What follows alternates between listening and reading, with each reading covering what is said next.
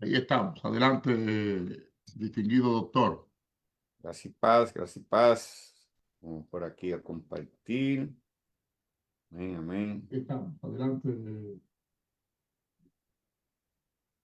Qué bueno, qué bueno. Bendecimos a todos los que están conectándose. Qué bendición poder compartir este su programa Café Académico. Una bendición que tenemos de parte de Dios poder estar con cada uno de ustedes. Como siempre, que habla el pastor Domingo Pino.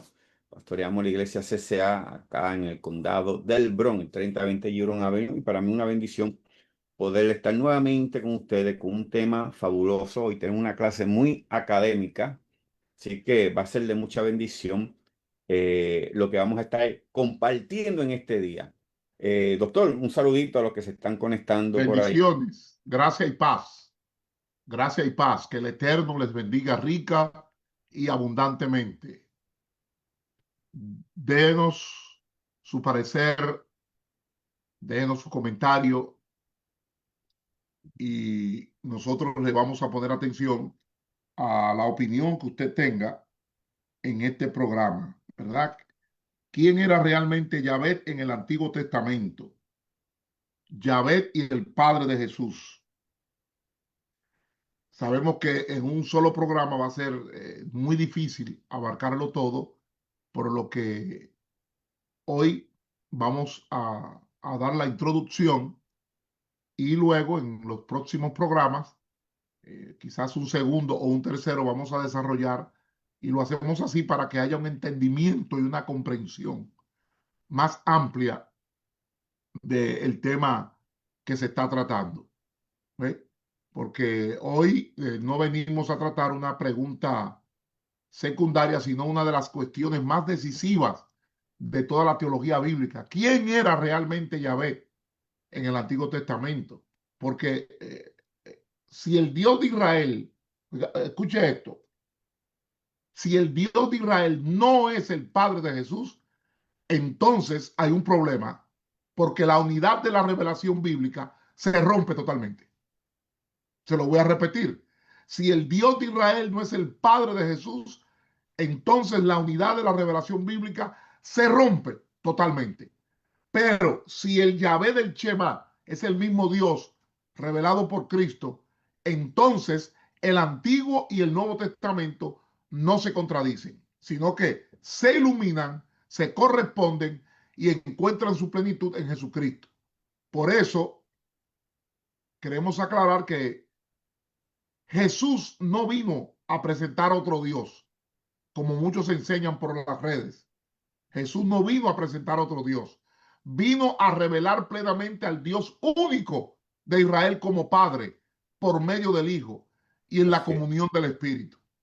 Así que Bien. hago estas aclaraciones para que entendamos que el cristianismo no nació adorando a otro Dios distinto del Dios de Israel. Nació proclamando que el Yahvé del Shema, el Yahvé del Éxodo, el Yahvé de los profetas y el Yahvé de los salmos se reveló plenamente como Padre en Jesucristo el Hijo. De modo que la gran pregunta no es si Jesús reemplazó al Dios del Antiguo Testamento, sino si hemos entendido que el Dios que habló desde el Sinaí es el mismo que en Cristo mostró su rostro definitivo, su gloria suprema y su propósito eterno de redención. Así es. Bueno, damos gracias a los que se están conectando, los bendecimos. Ya ustedes pues tienen un adelanto de esta introducción que el doctor ha hecho, pero para que estén en línea, lo que vamos a hablar, ya que el doctor le dio algo para que vayan entendiendo, vamos a estar hablando en este café académico bajo el tema ¿quién era realmente Yahvé en el Antiguo Testamento? Yahvé, el Padre de Jesús, el Shema, el monoteísmo bíblico y la unidad de la revelación. Voy a repetir porque vamos a estar bajo este tema. ¿Quién era realmente Yahvé en el Antiguo Testamento? Yahvé y el Padre de Jesús, el Shema, el monoteísmo bíblico y la unidad de la revelación. Esto es un tema que estamos tratando de traer, por eso le dije que esta clase va a ser una clase bastante académica, así que comparta, que va a ser de mucha bendición. Vamos a aclarar, ya que hay ciertas escuelas que están enseñando de que Jehová de Israel no es el padre de Jesús. Entonces, aquí vamos a aclarar muchos puntos. Creo que, como dijo el doctor, no creo que en un solo programa lo vamos a poder lograr, pero vamos a tener una introducción, un comienzo, para que así pues sea que en otros programas terminemos, pero que tengamos claridad en este tema. Amén. Así que comparta, bendecimos a todos los que están ya conectados. Gracias y paz. Qué bueno que están aquí conectados. Y vamos a comenzar con este tema, doctor, ya que usted comenzó dando una pequeña introducción. Yo quiero hacerle una pregunta para comenzar, muy importante y traer mucha claridad. Y la pregunta es, ¿puede usted hacer una síntesis, perdón, teológica e histórica de Yahvé? ¿Ven?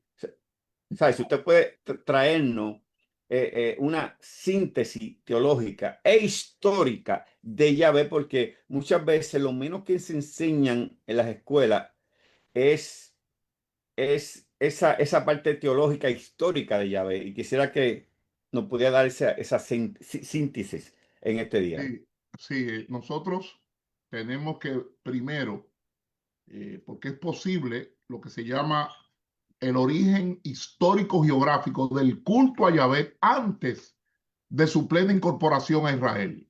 Entonces, debemos distinguir con mucho cuidado entre, porque puede formarse una confusión, porque no estamos hablando del origen de Dios, sino del origen histórico geográfico del culto yavista, para evitar una afirmación teológicamente incorrecta, porque la Biblia hebrea no enseña que Yahvé o Yahweh nació en el sur. A lo que enseña la Biblia hebrea es que algunas de las memorias más antiguas de su manifestación lo presentan viniendo desde el sur. Por eso Edom, Seir, Temán, Parán, Sinaí y Madián no son el origen de Dios, sino posibles escenarios primitivos del culto, de la revelación y la teofanía yavista, antes de su plena incorporación a lo que fue la identidad religiosa nacional de Israel.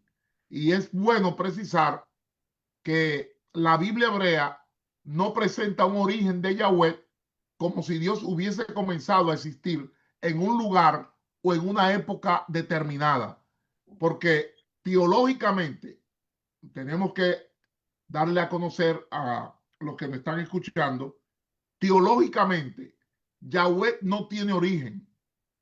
Yahweh es el Dios eterno. Lo que sí puede estudiarse históricamente es el posible origen geográfico del culto yavista. O sea, estamos hablando del espacio donde ciertas tradiciones antiguas ubican las primeras manifestaciones, las primeras apariciones y las primeras teofanías de Yahweh antes de su plena identificación con la fe nacional de Israel. Entonces, en ese sentido, existen indicios bíblicos muy importantes que arrojan luz de que el culto a Yahweh pudo haber estado asociado originalmente con regiones del sur. Del sur, correcto. ¿Cuáles? Edom, Edom, Seir, Temán, Edom. Parán, Sinaí y Madián. Y estas zonas aparecen en antiguas tradiciones poéticas donde Yahweh no es presentado como viniendo del norte, pero tampoco viniendo de Canaán central. Hello. Pero tampoco de ningún otro lugar, sino como manifestándose desde el desierto meridional, o sea, del sur. Y la idea es que Israel no creó a Yahweh, como hemos escuchado a ciertas personas o ciertos expositores. Oiga bien, quien dice esto comete un adefesio. Israel no creó a Yahweh. Quien alega que Israel lo creó comete una patochada interpretativa, porque Israel no creó a Yahweh. Pero las tradiciones más antiguas parecen conservar la memoria de un Yahweh que se revela desde el sur, en regiones vinculadas al desierto, a Edom, a Seir, a Temán, a Parán, al Sinaí y a Madián.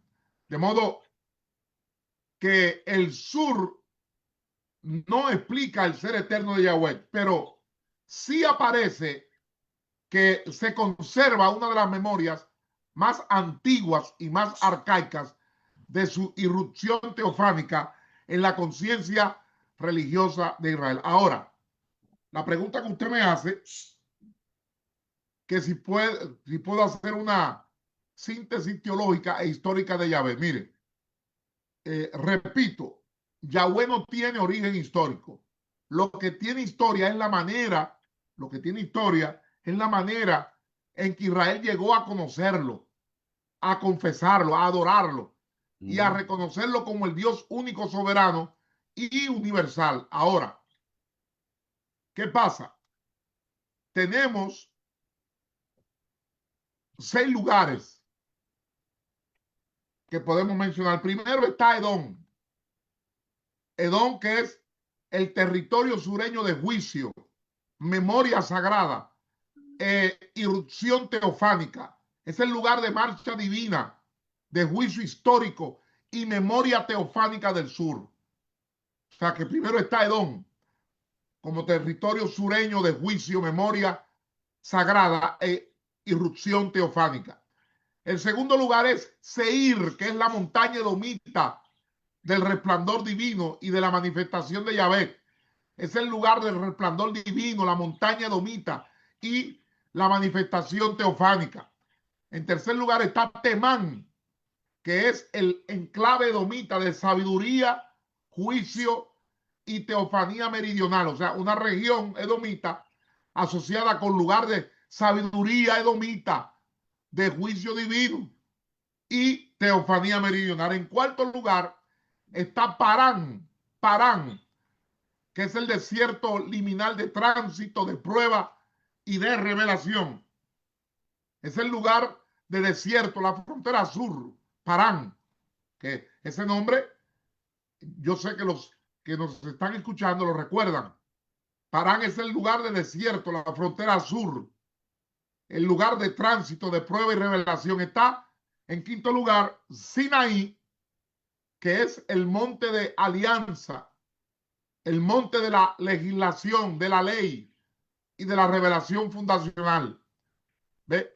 O sea, es el lugar de revelación, de alianza, de ley y teofanía fundacional. Y en sexto lugar está Madián, que es el espacio del llamado mosaico, el encuentro divino y la misión profética, porque Madián es el lugar del llamado profético de Moisés y es el lugar de encuentro con Dios y de mediación mosaica. De modo que para cada lugar nos tomaría tiempo hablar de cada texto, como por ejemplo de Edom, que es el lugar de marcha divina, de juicio histórico y de memoria teofánica del sur. La Biblia presenta que Yahweh viene desde el campo de Edom. Si usted se va a Jueces 5, versículos 4 y 5, presenta a Yahweh como guerrero del sur, ¿ve? Porque Edom representa una de las zonas del sur desde donde la tradición bíblica imagina la irrupción poderosa de Yahvé, y este territorio es un territorio de frontera, de juicio, de parentesco conflictivo y de memoria teofánica. ¿Ve? Incluso Jueces 5, del 4 al 5, es uno de los textos poéticos más antiguos de la Biblia hebrea, según muchos estudiosos. Por eso el versículo 4, si mi memoria no me falla, dice, Yahvé, cuando saliste de Seir, cuando te marchaste desde los campos de Edom, la tierra tembló. ¿Ve? Y fíjese que en Génesis 36, versículo 8, dice que Esaú habitó en el monte de Seir, porque Esaú es Edom. Ahora, Seir, que es la montaña edomita del resplandor divino y de la manifestación de Yahvé. Seir es una región edomita montañosa que funciona en la Biblia como escenario de aparición divina.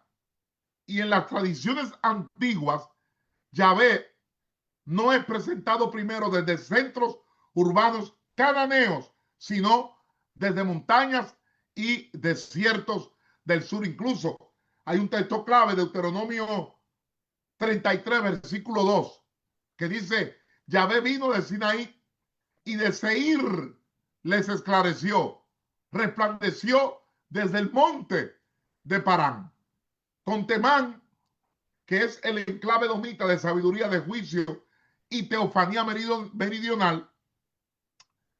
Temán es una región edomita asociada con sabiduría, pero también con la manifestación poderosa de Dios.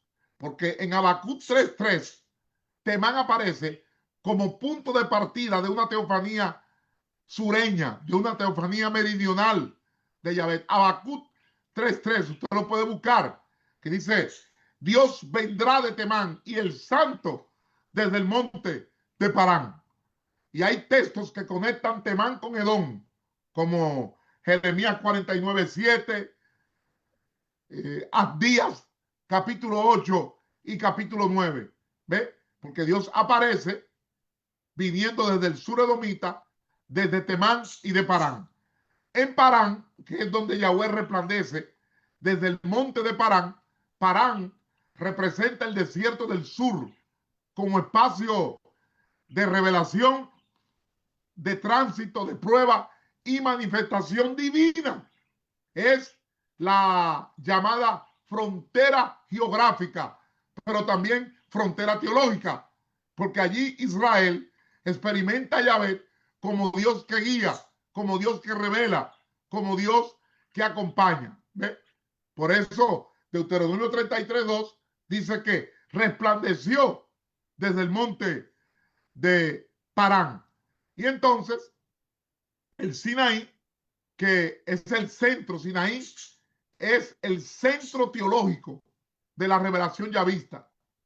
Óigalo bien, Sinaí es el centro teológico de la revelación yavista. Y allí Yahvé se manifiesta, Yahvé habla, Yahvé pacta, Yahvé legisla y Yahvé constituye a Israel como pueblo de la alianza. De modo que Sinaí es, por tanto, el gran lugar teológico de la revelación yavista. ¿Y qué elementos hay? Fuego, nube, temblor, pacto, ley y presencia divina. Yo creo que eso a nadie le cabe duda. Incluso Éxodo 19:20 dice: Yahvé descendió sobre el monte Sinaí. De modo que Sinaí es el lugar clásico de la revelación de Yahweh a Israel. Ahora, permítame, doctor, hacer una aclaración. Sinaí y Horeb es lo mismo. Anótelo. Sinaí y Horeb. Acuérdense que Horeb es Horeb. Sinaí y Horeb es lo mismo.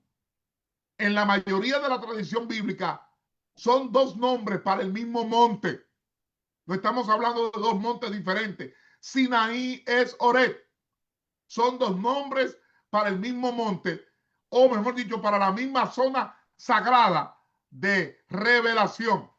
Porque Sinaí Horeb es lo mismo: lugar de revelación, lugar de alianza, lugar de ley, lugar de llamado profético, lugar de teofanía fundacional.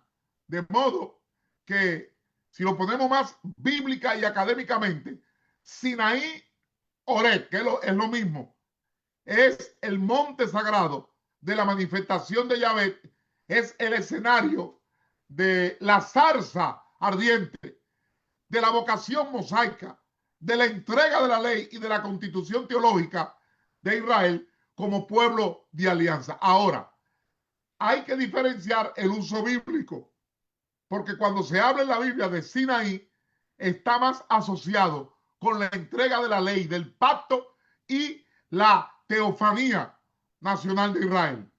Por eso Éxodo 19:20 dice, Yahvé descendió sobre el monte Sinaí. Ahora, Ore aparece especialmente asociado con el monte de Dios, la zarza ardiente y el llamado de Moisés. Por eso, en Éxodo capítulo 3, versículo 1, dice que Moisés vino a Oreb, monte de Dios. ¿Ve? Incluso Deuteronomio capítulo 5, versículo 2, Deuteronomio capítulo 5, versículo 2, habla de que Yahvé nuestro Dios hizo pacto con nosotros en Oreb. ¿Ve? Porque Deuteronomio usa frecuentemente Oreb para referirse al lugar donde Dios hizo pacto con Israel. De modo que hacemos la aclaración de que cuando se habla de Sinaí y se habla de Oreb, se está hablando del mismo lugar. Lugar de revelación, alianza, ley, llamado profético y teofanía fundacional. Amén, amén. Gracias y paz. Bueno, aquí ahora sí que se han conectado bastante gente. Damos gracias, bendecimos todos los que se han ido conectando. Hay pastores, maestros. Creo que vi que alguien de Jerusalén, doctor, está Sí, conectado sí, aquí. Creo que lo vi por ahí. Eh, Rafael Abraham Romero, no sé si lo conoce, sí, está sí, sí, sé quién es. desde Wow, está en Israel Israel. En conectado. Jerusalén está, wow. Eso Sí, está sí. tranquilo allá, distinguido. Pasa que la gente con los rumores y los miedos, pero eso está tranquilo. Israel está tranquilo ahora mismo. Bueno, estamos aquí con el tema Sí, para los que se han ido conectando ahora mismo, que tenemos bastante gente conectada. Damos gracias a Dios por eso. Café académico. ¿Quién era realmente Jehová en el Antiguo Testamento? Estamos con este tema trayendo Yahvé y el Padre de Jesús, el Shema. Todo el mundo conoce esto, el sí, monoteísmo bíblico y la unidad de la revelación, ya que tenemos ciertos problemitas con ciertas escuelas que se han ido levantando. Pero, doctor, basado en lo que usted ha estado introduciendo ahora, para los que se están conectando, y tenemos un pueblo que es donde yo quisiera que fuéramos un poquito más claro con ello, ya que esto es una clase académica y muchos de los pentecostales y muchos evangélicos, esta área académica o cuando oyen la palabra ciencia bíblica, para ellos es como un cuco. Para ellos algo que está fuera eh, de la sí, fe. porque muchos han tomado las ciencias bíblicas Ujú, de forma malsana, ujú. cuando el uso correcto es que las ciencias bíblicas ayudan al estudio profundo de la palabra. Correcto, correcto. Pero lo que quería traerle, doctor, porque aquí se ha enseñado y la mayoría de los evangélicos creen que la Biblia con Israel y Yahvé, eso como que cayó del cielo y comenzaron juntos. O sea, Sí, para cierto. ellos, la mentalidad de que Yahvé eh, es el Dios de Israel desde un principio, eso es lo que a ellos le han metido desde un comienzo. Entonces, cuando oye lo que estamos trayendo ahora académicamente, que es lo que usted está trayendo, está hablando que Yahvé no tiene una creación. La Biblia no habla de la creación, ¿no? Ni, sino que nos está De la hablando creación, aclare, de la creación de Yahvé. sí, exacto, de la creación de Sí. Yahvé, de la creación de Yahvé. Y cuando usted está hablando, y la Biblia lo respalda, del sur, de los lugares que usted habló, de donde Seí, Temá, Parán, estos lugares del sur, de una forma u otra nos está dejando saber que en estos lugares ya había un conocimiento de Yahvé, ya había cierta adoración en este lugar, que esto no nació con Israel. ¿Ves? Ahora es que entramos a este punto académicamente para que usted nos explique, porque esto es lo que queremos trabajar con este pueblo que nos está oyendo, sacarlo de esta duda y de estas cosas que están hablando por ahí que verdaderamente no tienen sentido porque hay mucha gente que están enseñando basado en lo que oyen, no lo que investigan. Y aquí es donde cometemos muchos errores. Amén. Así que yo creo que en esa área estamos muy claros. Comparta esta clase porque es muy interesante. Ahora, doctor, quiero hacerle esta pregunta, esta otra pregunta, que es muy interesante para que ayude a esta audiencia que está presente en este día. ¿Cuándo, oiga bien, cuándo y cómo pasó Israel de ver a Yahvé, vamos a ponerlo de esta forma, déjame que la tengo por aquí escrita, de ver a Yahvé como su Dios nacional, a confesarlo como el único Dios verdadero, antes quienes los ídolos son nada, los imperios son pasajeros y toda la historia queda bajo juicio. Y hago esa pregunta, ¿qué revela? Porque aquí hay un problema, doctor, ¿qué revela Deuteronomio 32 del 8 al 9? Que esto ha sido un problema también este versículo.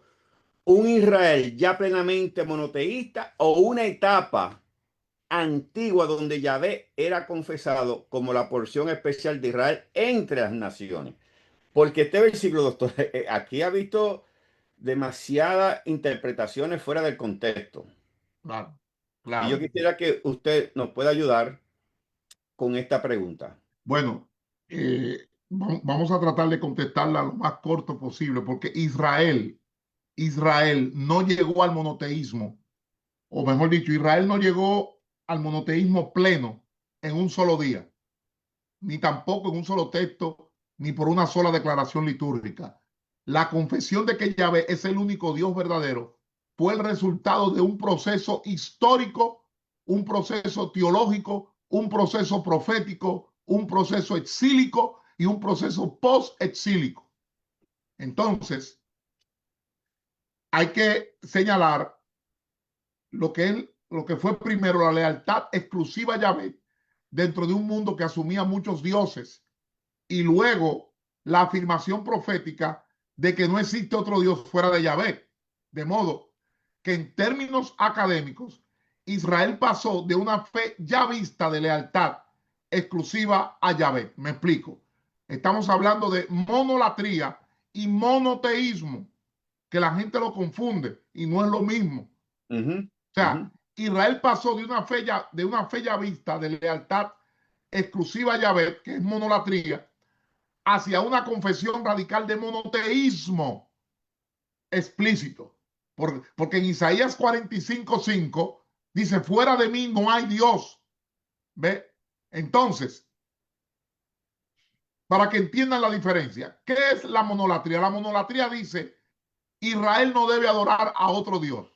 a Pero otro el Dios. monoteísmo proclama, no existe otro Dios fuera de Yahvé.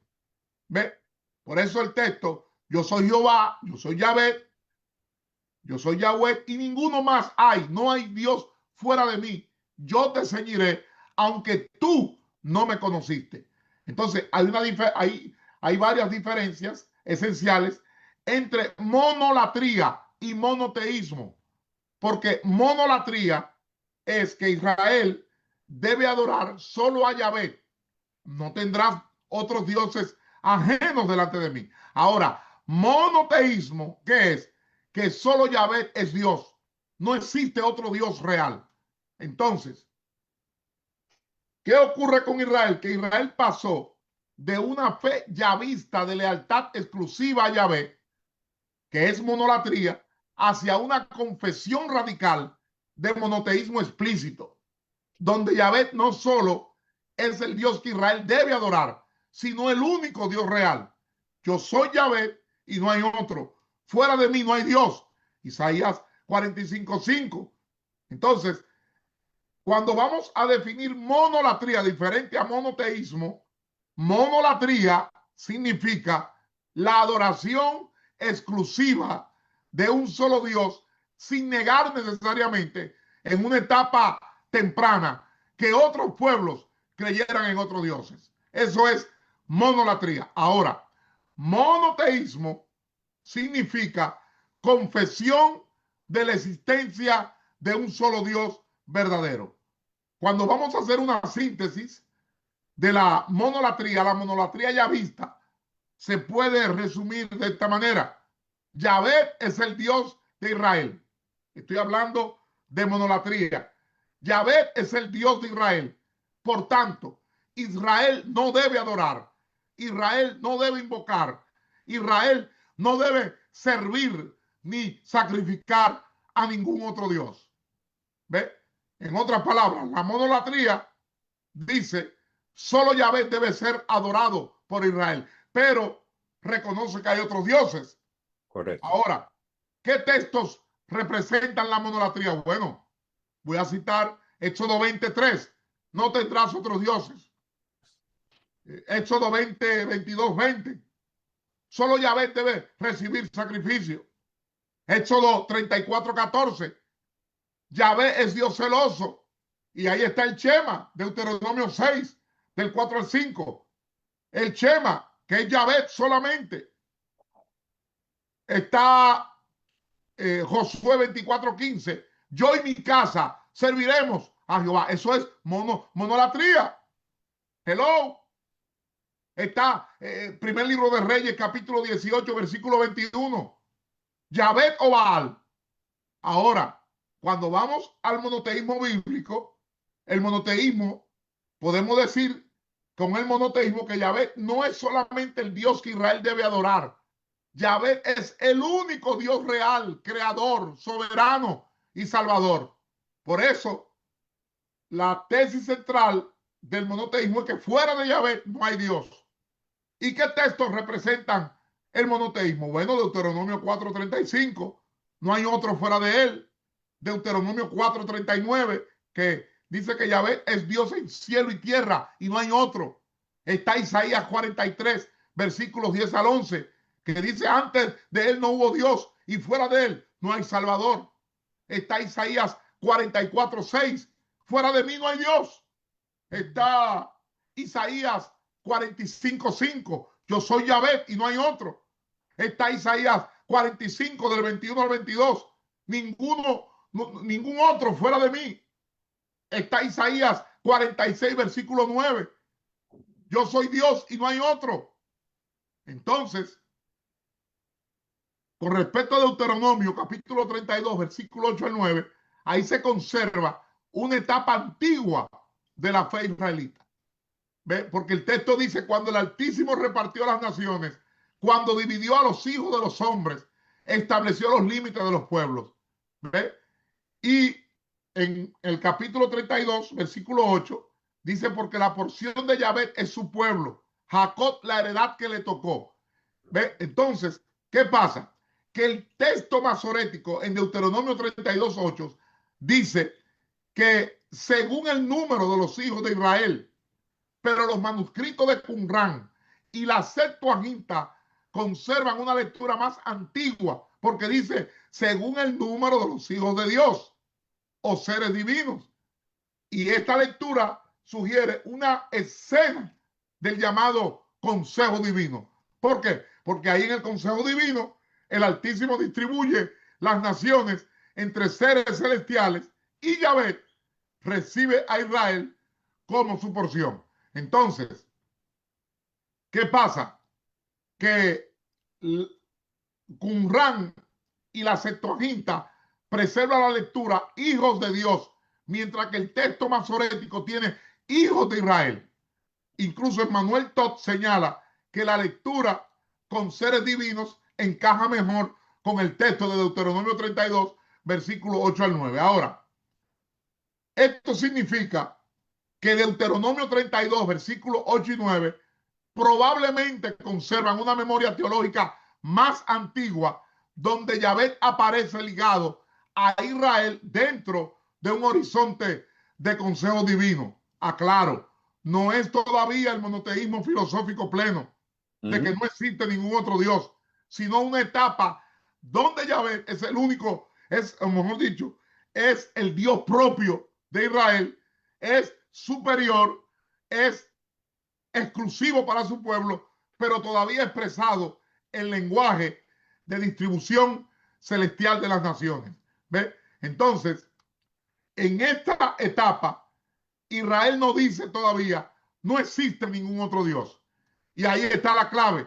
¿Por qué? Porque Deuteronomio 32, 8 y 9 no es el punto culminante del monoteísmo bíblico. Es una ventana hacia una fase anterior del desarrollo religioso de Israel. Porque el texto no dice todavía, Yahvé es el único Dios existente.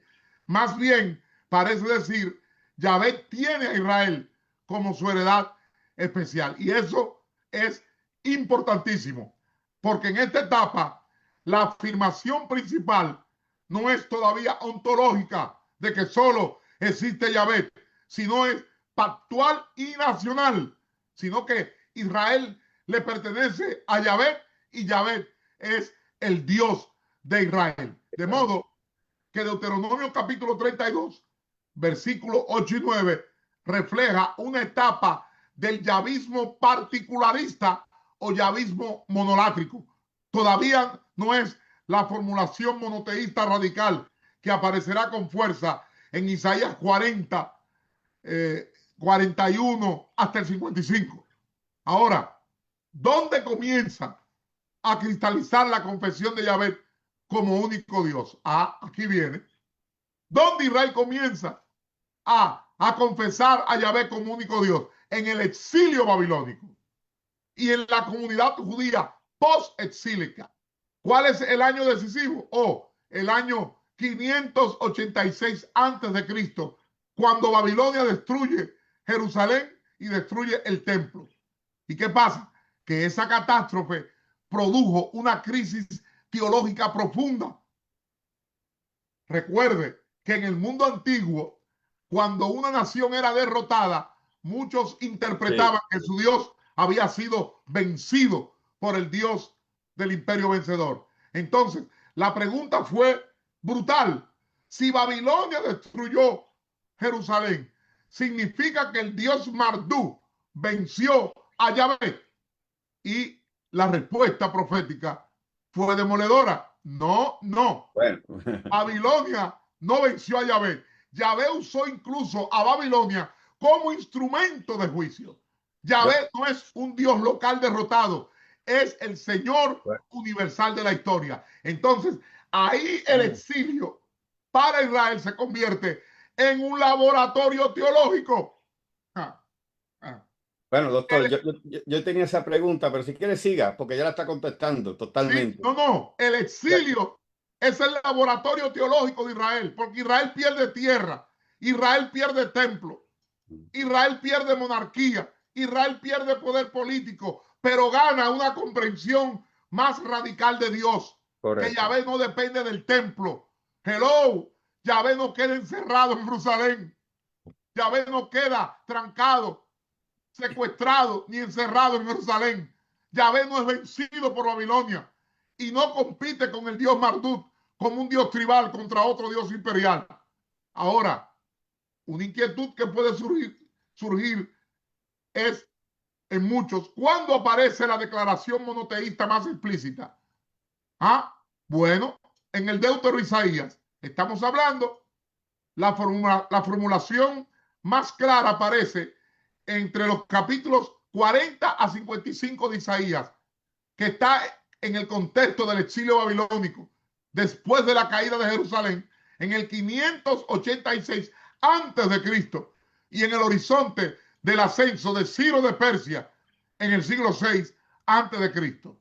De modo que algunos expertos en Biblia, biblistas, señalan que el segundo Isaías, recordemos que el libro de Isaías fue escrito por 3 o posiblemente 4 Isaías, pero el segundo Isaías vivió después de la caída de Jerusalén ante Babilonia y articula lo que se llama un credo monoteísta con la fórmula de Isaías 44:6. Yo soy el primero y yo soy el último. Fuera de mí no hay Dios.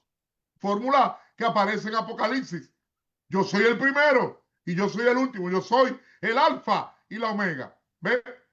Ahí está. Isaías 44:6. Y en Isaías 45:5 dice, yo soy Yahvé y ninguno más hay. no hay Dios fuera de mí. ¿Ve? En el 22, Isaías 45, 22, Isaías dice, mirad a mí y sed salvo todos los términos de la tierra, porque yo soy Dios y no hay más. Entonces, aquí ya no estamos simplemente ante la lealtad exclusiva a Yahvé. Aquí aparece la afirmación radical. Los otros dioses no son dioses verdaderos, no son nada. Lo que son ídolos, fabricación humana, son una mentira religiosa. Entonces, el segundo Isaías transforma la lealtad a Yahvé en un monoteísmo explícito. ¿Qué quiero decir? Que no se trata de que otros dioses sean menos poderosos que Yahvé, sino que simplemente no existen como dioses verdaderos. Pero también está la inquietud. ¿Dónde y cuándo Israel acepta que Yahvé es el único Dios? Bueno, ¿dónde? En la comunidad judeana del exilio babilónico y luego en la comunidad post-exílica de Judá y Jerusalén bajo el dominio persa. ¿Cuándo? Bueno, principalmente entre el siglo VI antes de Cristo y el periodo persa temprano, después del 586 antes de Cristo, con una consolidación entre los siglos 6 al 5 antes de Cristo. De modo que no fue todo Israel de manera instantánea, fue un proceso evolutivo histórico asumido por círculos proféticos, círculos deuteronomistas, círculos sacerdotales, círculos escribales, que luego se convirtió en la confesión normativa del judaísmo del segundo templo. Ahora bien, para cerrar la pregunta, tengo que mencionar que la transición de Yahvé, la transición histórica evolutiva, se resume en varias etapas. Etapa 1, la religión israelita antigua, donde Israel vive en un ambiente religioso donde se asume la existencia de varios poderes divinos. Yahvé es el Dios de Israel. Esa es la etapa 1, la religión israelita antigua. Etapa 2, está la monolatría yahvista, donde Israel debe adorar solo a Yahvé, aunque el lenguaje bíblico todavía puede mencionar otros dioses o seres celestiales. Repito, etapa 2, la monolatría yahvista. ¿Ve? La etapa 3 es la reforma deuteronomista, donde se exige la centralización del culto, la lealtad absoluta a Yahvé y el rechazo de cultos rivales. Está la etapa 4, que es el exilio babilónico.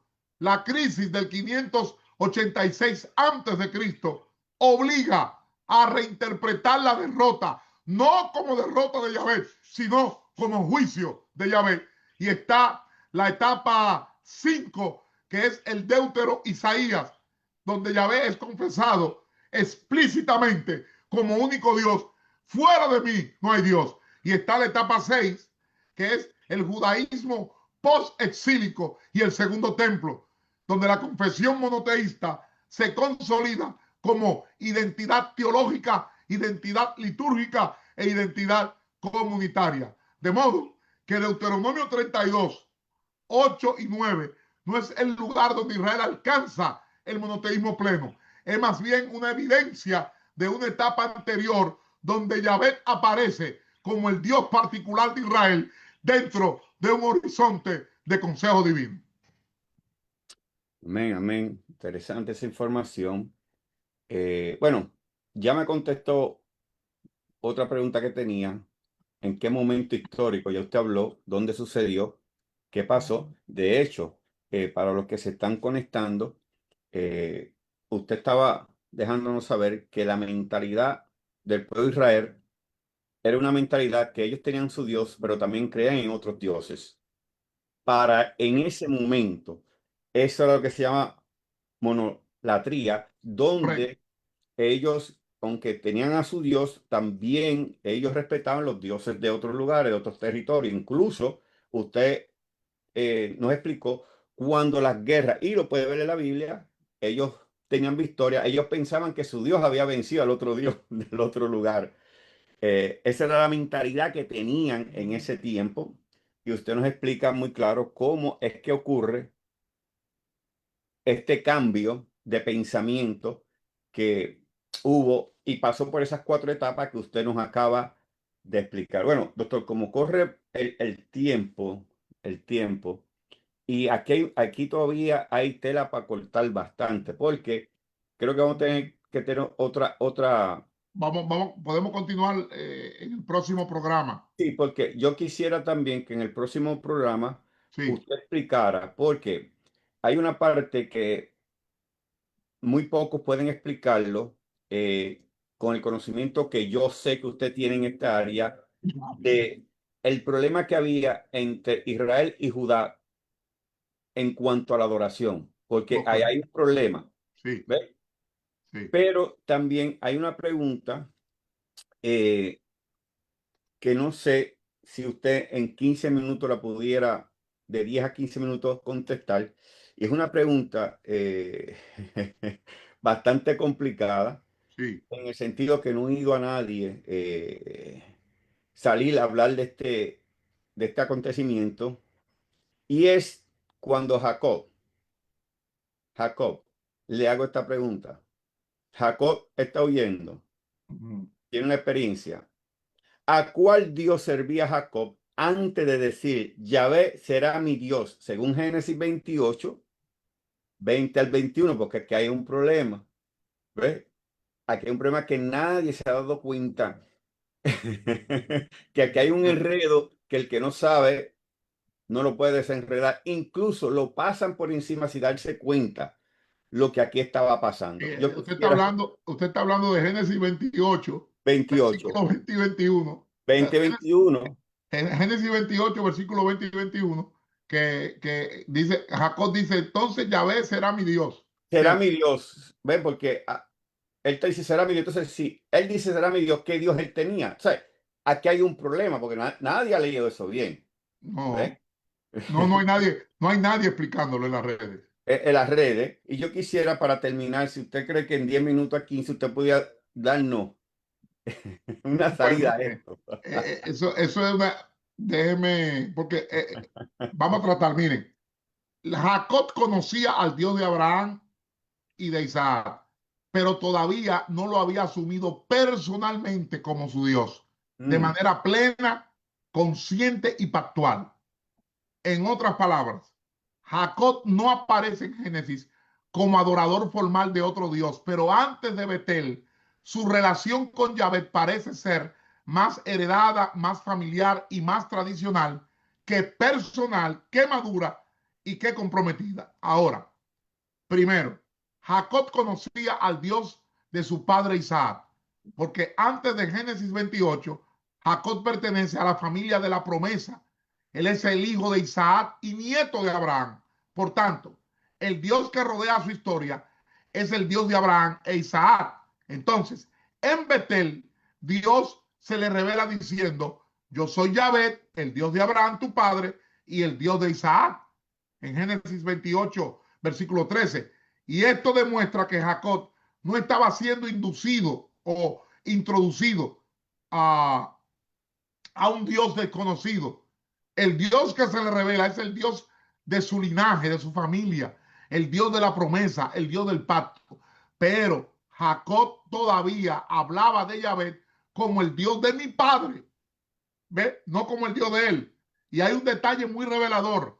Cuando Jacob engaña a Isaac y este le pregunta, ¿cómo consiguió tan pronto la comida? Jacob responde, porque Yahvé tu Dios hizo que le encontrase delante de mí. Ve, Yahvé tu Dios hizo mm, que le wow. encontrase delante de mí en Génesis 27:20. Mm, Observe la frase, Yahvé tu Dios. Jacob no dice, Yahvé mi Dios, dice tu Dios, refiriéndose al Dios de Isaac. Y eso sugiere que antes de Betel, Jacob conocía a Yahvé como el Dios de su padre, el Dios de la familia, el Dios de la tradición patriarcal, pero todavía no lo había confesado plenamente como su propio Dios. ¿Qué pasa? Que Génesis 28, versículos 20 al 21, no es cambio de Dios, sino apropiación personal de la fe. Cuando Jacob dice, si fuere Dios conmigo, Yahvé será mi Dios. en Génesis 28, versículo 21 al 20, no está diciendo necesariamente voy a dejar un Dios pagano para escoger a Yahvé. Está diciendo algo más profundo. El Dios de Abraham, el Dios de Isaac, de mi padre, si realmente me guarda, me acompaña y cumple su promesa conmigo, será también mi Dios. Es el paso de una fe heredada a una fe asumida personalmente. Y Mm, antes de Betel, Jacob tenía el Dios de la familia. Después de Betel, Jacob comienza a tener una relación personal con el Dios del pacto. Aclaro, Jacob no era pagano. Jacob no era pagano, pero tampoco era todavía Israel, porque Jacob no era un idólatra en el sentido de Labán, cuya casa tenía terafines, pero tampoco era el hombre transformado que luego será llamado Israel. Antes de Betel, Jacob es el hijo astuto, el suplantador, el hombre que recibe una promesa, pero todavía necesita ser quebrantado, disciplinado y transformado. De modo que Betel marca un giro espiritual. Allí el Dios de Isaac se convierte en el Dios que se le aparece a Jacob. Allí la promesa familiar se convierte en promesa personal. Allí la tradición heredada empieza a convertirse en experiencia propia. De modo que antes de Génesis 28, versículo 20 al 21, Jacob conocía y pertenecía al ámbito del Dios de Abraham e Isaac, pero todavía no lo confesaba plenamente como su propio Dios, como mi Dios. Él no servía claramente a otro Dios, más bien vivía bajo una fe heredada de familia. Todavía él no se había apropiado personalmente de ese Dios. En Betel, Jacob comienza a pasar del Dios de su padre al Dios de su propia historia. De modo que Jacob no cambió de Dios en Betel, cambió de relación con Dios. El Yahvé que antes era el Dios de su padre Isaac comenzó a convertirse en el Dios propio de él, el Dios de Jacob.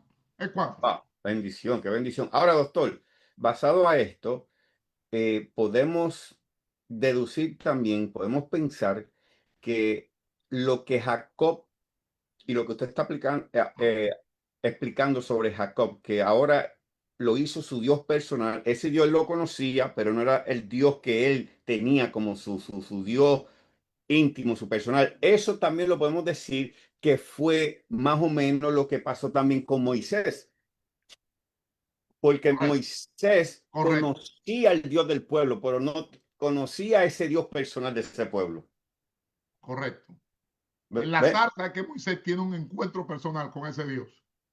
Exacto, pero Moisés sabía y conocía de ese Dios que incluso se le revela el nombre en ese momento de la salsa ardiente, que eso lo vamos a poder hablar en la otra. En el próximo programa, claro, En el- porque la Ujú. Reina Valera dice, yo soy el que soy, y eso es una mala traducción, pero nada, jeje, jeje, vamos a hablar de eso.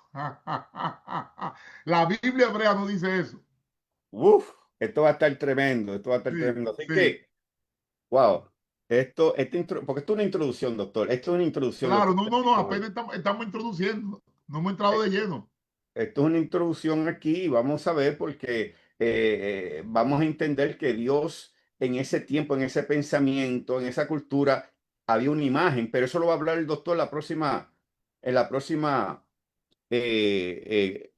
reunión que tengamos, café académico, porque hay mucha tela que cortar, pero queremos dejarlo hasta ahí y creo que hay gente, doctor, ahora se conectaron hasta de Suecia, Dios mío, Sí, Jehová. hay de Suecia y de Grecia. Sí, sí, sí. Acuérdense que allá el horario es diferente. Es diferente, diferente, pero a todos Claro. los que están aquí, quisiera que compartieran esta grabación. Vamos a venir con la segunda parte, no se la puede perder porque lo que va a aprender aquí va a ser bien libertador, lo va a ayudar a cambiar esa forma de pensar que por mucho tiempo hemos tenido y sabemos que hay muchos hombres de Dios pastores estudiosos que tienen un conocimiento, pero también hay otros que no lo tienen. Y estamos aquí para tratar de bendecirlos a cada uno de ustedes. Y aquí vemos muchos pastores conectados, los bendecimos.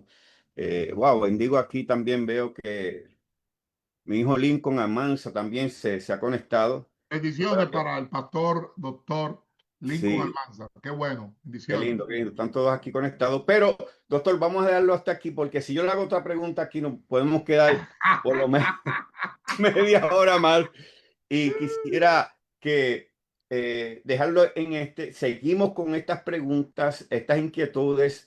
Vamos a hablar cuál era el Dios que Israel estaba adorando en un momento, cuál era el Dios que Judá estaba adorando en un momento, cuál era esa imagen. No, pero todavía aquí hay cosas que Hay mucha tela por donde cortar. sí, sí, sí, sí. Y queremos traer esa claridad y le doy gracias a todos estos hombres y mujeres, ministros que nos ayudan en compartir estas enseñanzas. Verdaderamente, doctor, bendecimos a esa gente porque veo que muchos lo comparten y damos gracias a Dios por eso. Y como dice el doctor, haga su pregunta, haga su pregunta. El doctor se goza cuando ve esas preguntas que hacen porque así nos dan más claridad hacia dónde dirigir las enseñanzas que estamos trayendo. Amén. Así que, bueno. Qué bendición compartir con ustedes. Este que compartió con ustedes es el pastor Domingo Pino, una vez más, pastoreando aquí la iglesia Centro Cristiano de Adoración. Los bendecimos. Gracias, gracias, gracias, porque ustedes siempre están ahí presentes. Y qué bueno que usted nos da ese ánimo de seguir hacia adelante. Doctor, quisiera que se despidiera de esta audiencia linda que se encuentra hoy aquí. Amén, amén. Bendiciones para todos. Gracias por su audiencia. Ujú. Déjenos su comentario, déjenos su opinión, que nosotros las leemos, tanto la doctora Idekel, mi esposa, como mi persona, las leemos y le damos importancia. Haga también sus preguntas que nos ayudan con la lluvia de ideas para los próximos programas. ¿Ve? Así que apenas estamos introduciendo este tema. Uy, uy, Eh, uy, hay uy. que, hay que, hay que, bueno, ahí usted mencionó a Éxodo 3, 14 al 15. Mm. Ahí en sí, la expresión que se debió traducir, la Reina Valera debió traducir: yo seré el que estaré presente, yo seré contigo como el Dios fiel, activo y liberador. Ay, lo Y, dijo, lo no, no, dijo, no, lo dijo, lo dijo. no, es que la reina, ok, amén, la santa y bendita Madre Reina Valera, Casiodoro de Reina y Cipriano de Valera, ¿verdad? Tradujeron yo soy el que soy, ve, en sí es yo seré el que seré, ve, Mm. porque es Ejie, Acher, Ejie, Ejie, Acher, Ejie, ve. Entonces, luego, identifíquese yo soy, yo seré, con Yahweh, el Dios de los padres, el Dios de Abraham, el Dios de Isaac y el Dios de Jacob, ve. Porque Ejie significa literalmente yo soy o yo seré, porque el verbo en hebreo que es hayat puede expresar existencia, puede expresar presencia activa y puede expresar continuidad futura. Por eso la frase no comunica una definición filosófica abstracta solamente, sino una promesa de presencia. Yo seré el que estaré presente. Yo seré contigo como el Dios fiel, activo y liberador. Pero gracias por su sintonía. Recuerde que este programa llega a ustedes como cortesía de la Universidad Online BCC Adonai Elohim Christian University, y usted puede llamar a la doctora Idekel al WhatsApp teléfono 1917-417-5258 para inscribirse, sea en el Instituto Bíblico Intensivo de un año, no hay tiempo que perder, y la licenciatura, los programas de licenciatura, maestría y doctorado. Doctora Idekel, repito, el teléfono de WhatsApp 1917-417-5258. Bendiciones. Amén. Gracias y paz. Bendiciones a todos. Amén.